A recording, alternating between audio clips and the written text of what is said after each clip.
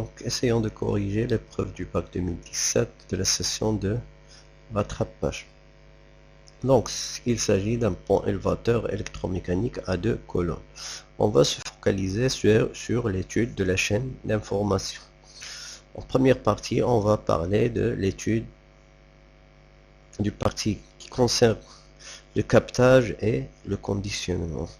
Donc, le schéma synoptique de la chaîne d'acquisition est le suivant. Donc, on dispose de deux capteurs ou bien de deux potentiomètres qui permettent l'acquisition de la hauteur de deux colonnes, soit la colonne 1 et 2. Ensuite, on applique ces deux signaux à des filtres plus des suiveurs. Ensuite, on attaque un amplificateur soustracteur pour passer à des comparateurs, à savoir le comparateur 1 et 2, et ensuite à des adaptateurs de niveau de tension pour récupérer à la sortie les tensions VA et VB. Ensuite, à savoir, on rappelle que la course totale d'un bras élévateur est de 2000 mm et que l'écart maximal admissible entre les hauteurs des deux bras est de 20 mm. Pour mesurer la hauteur des bras de chaque colonne, on a utilisé des capteurs potentiométriques montés sur la vis de la colonne. Donc, à savoir, sont des capteurs potentiométriques qui sont montés sur la vis de la colonne. Donc, il s'agit d'un potentiomètre à multitours, donc à variation linéaire. Donc, il faut tourner la tige pour faire déplacer le curseur d'une extrémité à l'autre. Le potentiomètre est actionné à travers un réducteur mécanique, roue et vis sans fin, de telle sorte que le curseur parcourt la totalité de la piste résistive quand les bras se déplacent de la limite basse à la limite haute et inversement. Dans ce cas, la tension entre chaque curseur et la masse est à chaque instant proportionnelle à la hauteur du bras correspondant. Le schéma d'acquisition des hauteurs des bras est donné ci-dessous, à savoir les deux potentiomètres sont à égalité et alimentés avec la même tension. Donc, on rappelle que la course maximale ou bien la hauteur maximale est de 2000 mm, ce qui correspond à la tension maximale ou bien d'alimentation 5 volts entre le curseur et la masse. Calculez les valeurs de la tension V entre les deux curseurs V10 moins V20 lorsque les deux bras, à savoir, sont à la même hauteur. Pour la question 30, les bras, à savoir la colonne 1 de la colonne 1 est à 1000 mm et celui de la colonne 2 est à 1020. Et pour la question 31, c'est inversement. Le bras de la colonne 2 est à 1000 mm et celui de la colonne 1 est à 1020 mm. Savoir, on va se baser sur ce schéma. Donc, on va calculer tout d'abord la tension V lorsque les deux bras sont à la même hauteur. À savoir, puisqu'il s'agit des deux bras identiques, à savoir même les capteurs potentiométriques sont identiques, donc puisqu'il est la même valeur, donc puisqu'ils sont à la même hauteur, donc ils vont nous fournir la même tension. Donc ça sera automatiquement V10 égale V20. Donc la différence, ça sera V10 moins V20. Puisqu'ils sont à égalité, ça sera 0. Donc V. Donc maintenant, on va voir lorsque la colonne 1 est à 1000 mm et la colonne 2 est à 1020. Donc avec une petite relation trigonométrique, 2000 mm, ça nous fournit la valeur de l'alimentation, donc 5 volts. 1000 mm, ça va nous fournir V10, à savoir, avec une relation trigonométrique, donc V10 égale 5 fois 1000 divisé par 2000, ce qui nous donne 2,50 volts. De la même manière, on aura toujours 2000 mm, ça nous fournit 5 volts. 1020, ça va nous fournir V20. D'où V20 égale 5 fois 1020 divisé par 2000, ce qui nous donne 2,55 volts. Donc la différence qui est V, qui est égal à V10 moins V20, ça sera 2,50 moins 2,55, donc ça sera moins 0,05 volts, qui est égal à moins 50 millivolts. Pour la question suivante, de la même façon que la question précédente, donc pour V20, on aura 2,55, pour V10, on aura 2,55, donc V égale V10 moins V20 est égal 2,55 moins 2,50, donc ça sera 0,05 volts, ce qui donne 50 millivolts. Maintenant, on va passer à l'étude du conditionnement de signal. Donc, on va traiter le filtre. On va traiter le filtre, surtout le cas de la première colonne, puisqu'ils sont similaires. Pour éliminer les effets, l'effet des perturbations V10 est filtré par le circuit C1 R2, figure ci-dessous.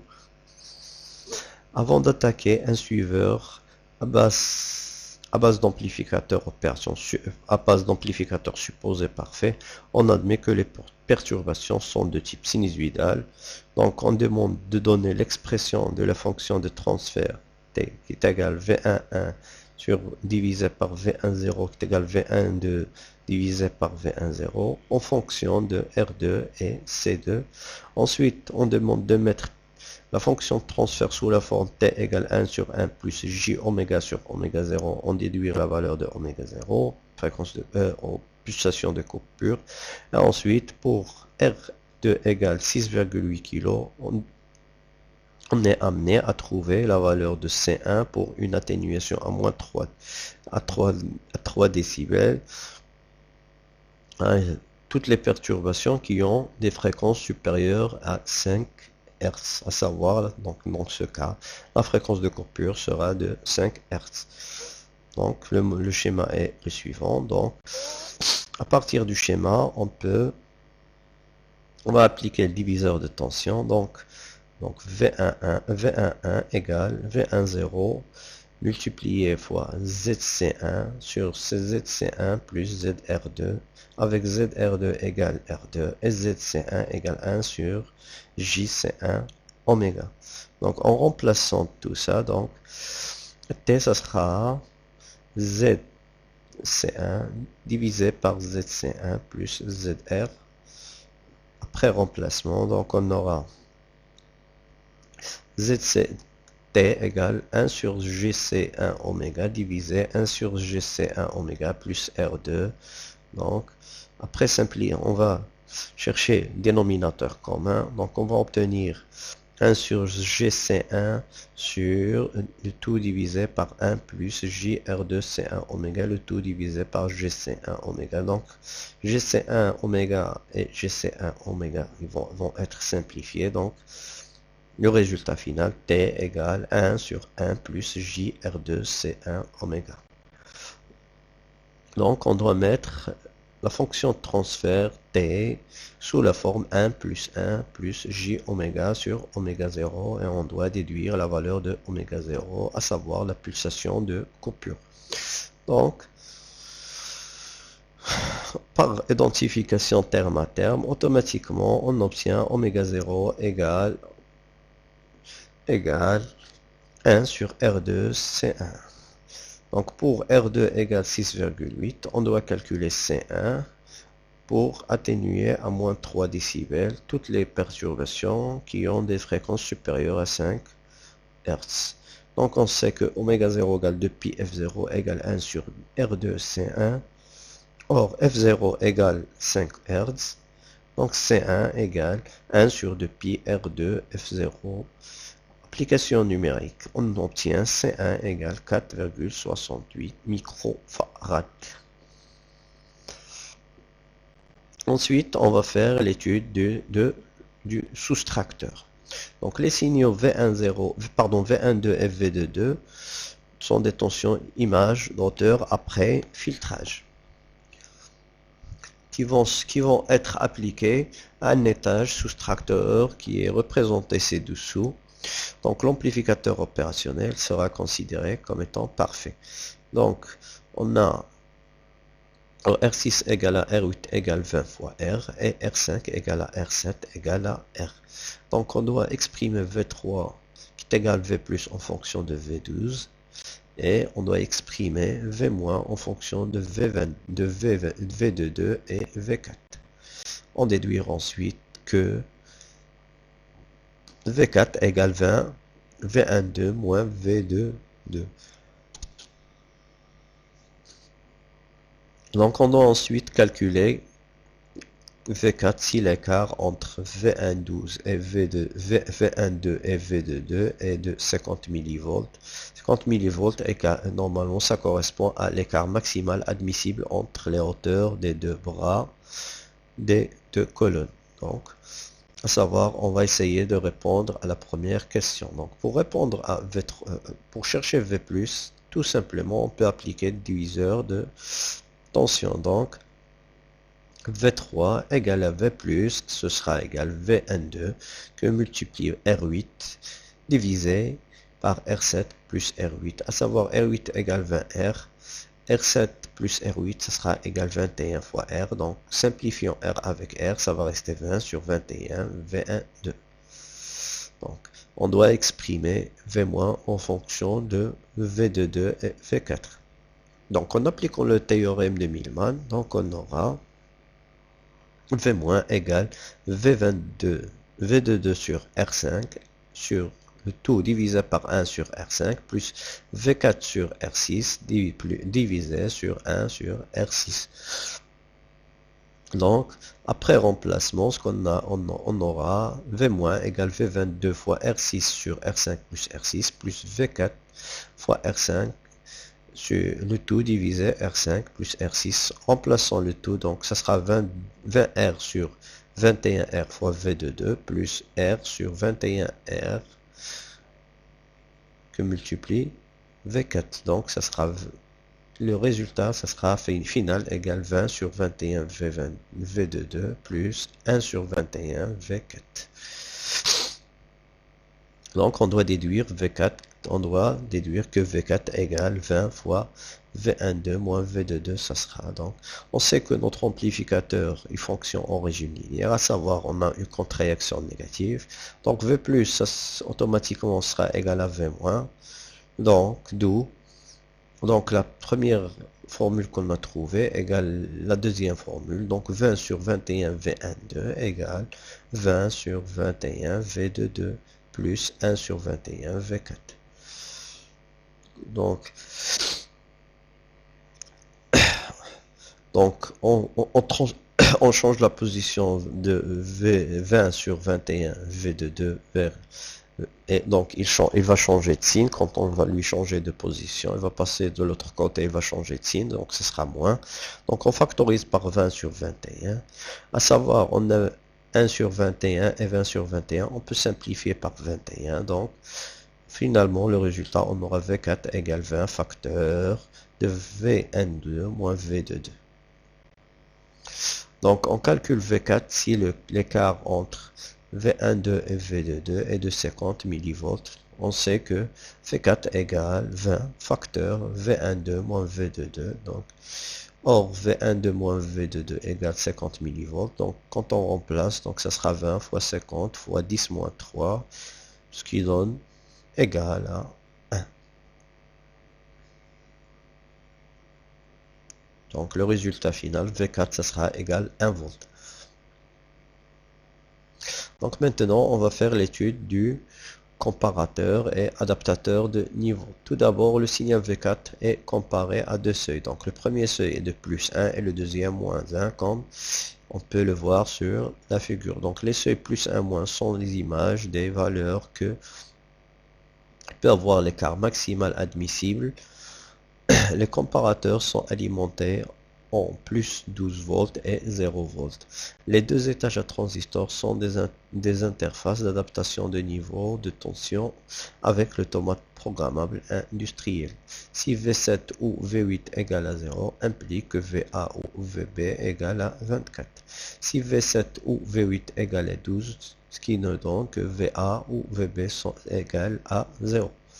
Donc le schéma est devant nous, donc c'est un schéma. Il est composé de deux comparateurs et de deux étages à transistors pour l'adaptation de niveau. Ensuite, on va faire l'étude de l'adaptation et des adaptateurs de niveau. Donc, les courses C1 et C2 sont indiquées sur la figure ci-dessous. Donc, ce sont là. On est amené à compléter alors le tableau des états à partir du schéma obtenu. Donc, si on veut compléter le tableau d'état, donc, par exemple, premier cas, C1 supérieur à C2 plus 20 mm. Donc, ce qui signifie que V4 il est supérieur à plus 1 volt. Donc, si V4 il est supérieur à 1 volt, donc automatiquement ici, donc ce sera V plus supérieur à V moins, donc on aura à la sortie 12 volts. Donc ici, on aura 12 volts. Le cas, puisque ça c'est supérieur à 1 volt, donc ici V moins supérieur à V plus, donc la sortie, ça sera 0 volt. Donc à savoir, si on a ici 12 volts, donc notre transistor Q1 il sera saturé, donc VA égale à 0. Et VB, puisque on a la tension V8 égale à 0, donc notre transistor sera bloqué et VB ça sera égal à 24. Pour le cas où C2 supérieur à C1 plus 20 mm, à savoir V4 inférieur à moins 1 volt. Donc si V4 elle est inférieure à moins 1, donc ici dans ce cas, on a pour le premier amplificateur, ou bien l'amplificateur U4, on a dans ce cas V- supérieur à V+, donc automatiquement U7, V7 ça sera égal 0 volt. On a ici, de la même façon, on a V4 inférieur à moins 1, donc V+, pour l'amplificateur U5, on a V+, supérieur à V-, donc V8, ça sera égal 12 volts. À savoir, puisque U7 égale à 0 volts, donc le transistor Q1 sera bloqué. Donc, quand il sera bloqué, donc la tension VA sera de 24 volts. De la même façon que du raisonnement précédent, donc si V8 égale à 12 volts, donc notre transistor Q2 ce sera saturé. Donc, quand il est saturé, donc la tension VB ça sera 0 volts. Donc maintenant, prenons le cas si la tension V4 est comprise entre moins 1 et plus 1. Donc si la tension elle est inférieure à plus 1, donc pour l'amplificateur U4, donc l'entrée moins est supérieure à l'entrée plus. Donc ici on aura 0. Donc la sortie V7 ça sera égal à 0. Donc et on a ici V4 supérieur ou égal à moins 1. Donc supérieur à moins 1. Donc ici ça sera moins 1 V- supérieur à V+. Donc automatiquement on aura ici de même 0 volts. Donc V7 égale 0 volts, donc automatiquement Q1 il sera bloqué, donc la sortie sera égale 24. De la même façon, V8 dans ce cas, il est nul, la tension elle est nulle, donc automatiquement le transistor sera bloqué et la tension VB sera égale, de la même façon, sera égale à 24 volts.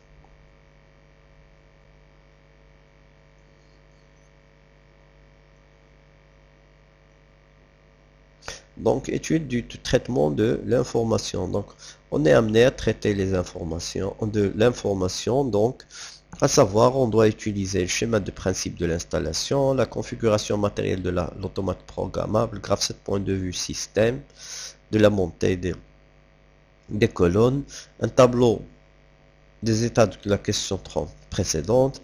Ensuite, le principe traduction du graphe 7 en langage ladder. Ça va nous aider pour, à savoir, compléter le graphe 7 point de vue API de la montée du pont élévateur, et ensuite de faire un programme ladder correspondant aux étapes 2, 3 et des actions Q1 et Q2 du graphe set de montée. Donc toujours pour traduire un graphe set, ou bien graphe set point de vue système et un graphe set point de vue automate programmable, on a besoin de graphe set point de vue système et le tableau des affectations des entrées et les sorties, à savoir tableau suivant. Donc pour l'étape initiale, on a, pour passer de l'étape initiale à l'étape 2, on a ordre de montée et limite haute et non atteinte des deux colonnes. Donc à savoir, on a ordre c'est I1, vous pouvez le remarquer, donc ordre de montée, donc c'est un bouton poussoir qui est sur I1, et on a des capteurs qu'on n'a pas encore atteint les limites hautes, donc c'est ce qui peut nous fournir les capteurs I3 et I5, à savoir si I3 on l'a atteint, si I3 I5 bar, ensuite on n'a pas encore les limites. Ensuite, on actionne en étape 2, on actionne la montée des deux colonnes. On cherche la montée des deux colonnes. Donc pour monter la colonne 1, donc c'est Q1, et pour monter la colonne 2, c'est Q3. Ensuite, si on passe à donc pour passer pour choisir l'étape 3, la réceptivité ordre de montée sera annulée ou limite haute atteinte. Donc à savoir, donc on a ou logique, donc on doit soit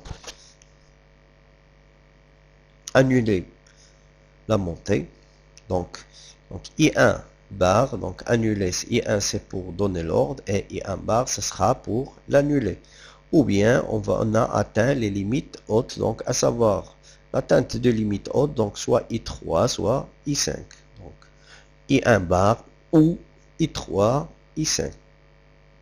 Donc, sinon, si oui, donc on va arrêter et on va recommencer. Ensuite, maintenant, si on est à l'étape 2 et on passe à l'étape 4. Donc, I7 est vérifié. Donc, on a la colonne 1 et on avance par rapport à la colonne 2. Ils ne sont pas en avance. Donc,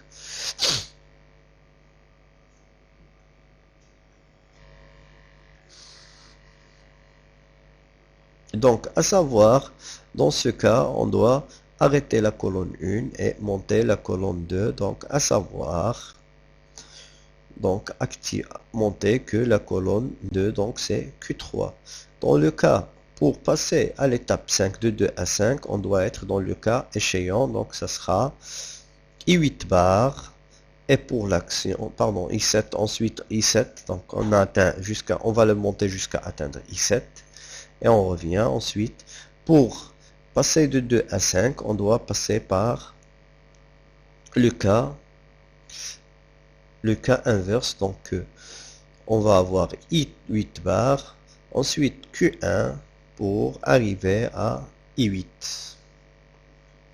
En ce qui concerne la traduction, donc pour traduire un graphe set, on a toujours besoin, pour réaliser un programme ladder ou bien programme à contact, donc diagramme à contact, donc on a besoin du graphe set point de vue automate programmable. Donc pour activer l'étape 2, donc on doit être dans l'étape 1. Donc l'étape 1 doit être active et la réceptivité doit être vérifiée, donc à savoir M1, I3 bar, I5 bar et I1. Donc I3 bar et I5 seront donc normalement fermés. Ensuite, pour désactiver l'étape 2, on a 3 cas de figure. Soit on active l'étape 3, ou bien 4, ou bien 5. Donc, on a 3 possibilités. Donc, M3, ou bien M4, ou bien M5. Donc, soit l'étape 3, soit l'étape 4, soit l'étape 5. Donc, à savoir étape C, on la représente par M. Maintenant, si on veut activer l'étape 3. Donc, pour activer l'étape 3, on doit avoir l'étape 2 active. Donc, M2 et I1, ou bien M2 et I1 bar, pardon, ou bien M2 et I3 et I5, donc à savoir M2, I1 bar, ou bien I3 et I5. Donc pour désactiver pour désactiver l'étape 3, on doit passer toujours automatiquement. Si on active l'étape 1, donc on va désactiver l'étape 3 automatiquement. En ce qui concerne les actions, donc en ce qui concerne l'action Q1, donc Q1 il est actif dans l'étape 1 et l'étape 5. Donc M1, M5, sans oublier qu'on doit pas atteindre les limites hautes. Ensuite, Q3, ça sera actif de même dans l'étape 2 et l'étape 4. Donc, et sera complément. Q1 représente donc les limites fin de course. Pour ne pas emballer le moteur qui monte les... Et merci pour votre attention.